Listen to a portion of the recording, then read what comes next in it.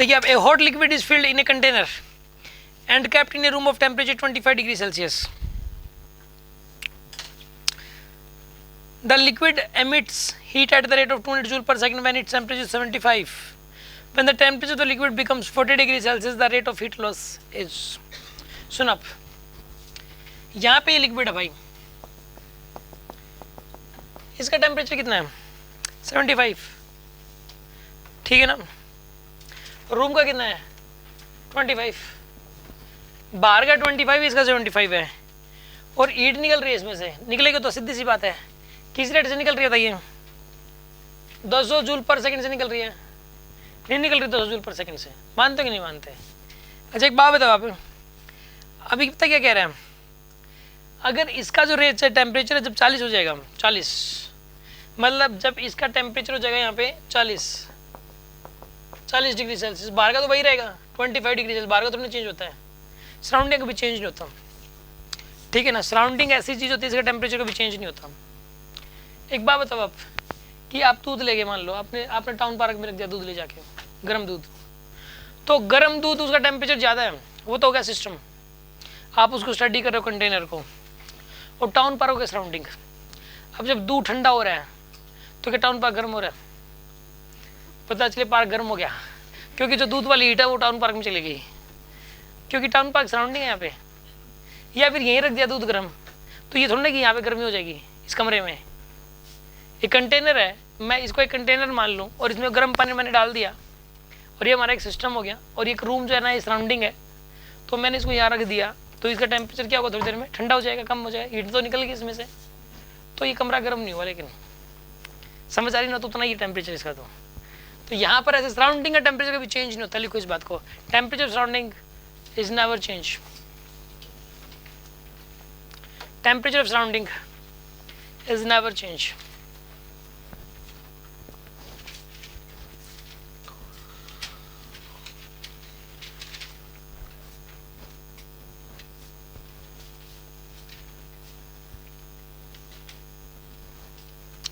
अच्छा, पे काम करो,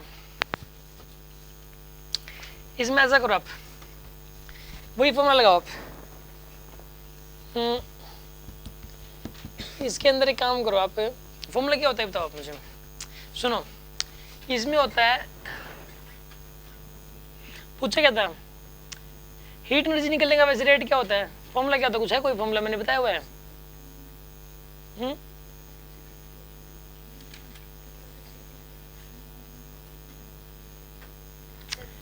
इसका फॉर्मूला होता है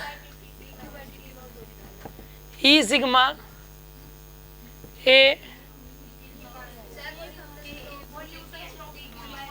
न्यूटन लॉ ऑफ कूलिंग. तो rate of change of temperature का होता है, तो rate of flow of heat थोड़ा होता है, वो तो dt बाई dt होता है, rate of decrease of temperature होता है. इसमें rate of flow of heat की बात हो रही है.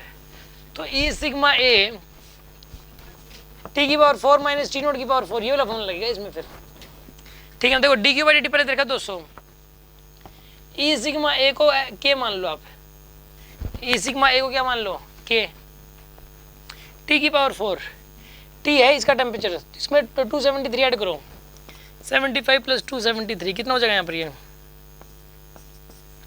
348 हो जाएगा.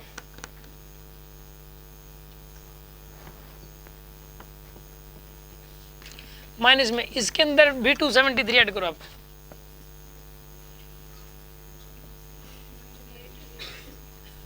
298.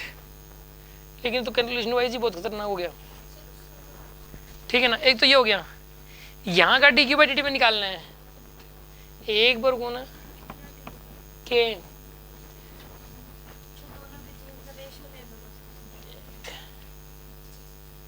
40 प्लस 273 एक बार को ना 313 बनेगा, 298 सॉरी 298 ही है, तो बाहर का तो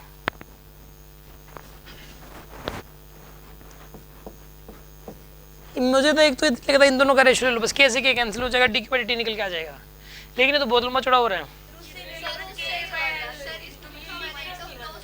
के इससे कर दिया क्या, उससे हो जा रहा है क्या, आप एक काम करो, इसको रहने दो, ये तो रेडिएशन वाला हो गया, ठीक है ना। बताओ 313 की पावर 4 मल्टीप्लाई करते रह जाएंगे, 298 की पावर 4। देखो D Q by D T का फॉर्मूला क्या हो गया आप ये के T1 माइनस T2 ना, तो इसमें T1 माइनस T2 करना है ना आपको, 50 आएगा ये, बाय में L, ये कितना आएगा 200। दूसरे वाले केस में डी क्यू बाई डी निकालना है, क्या लोगे के बाय में, बस सोल्व कर लो आंसर, इनका रेशियो ले लो आंसर आ जाएगा, ठीक है ना।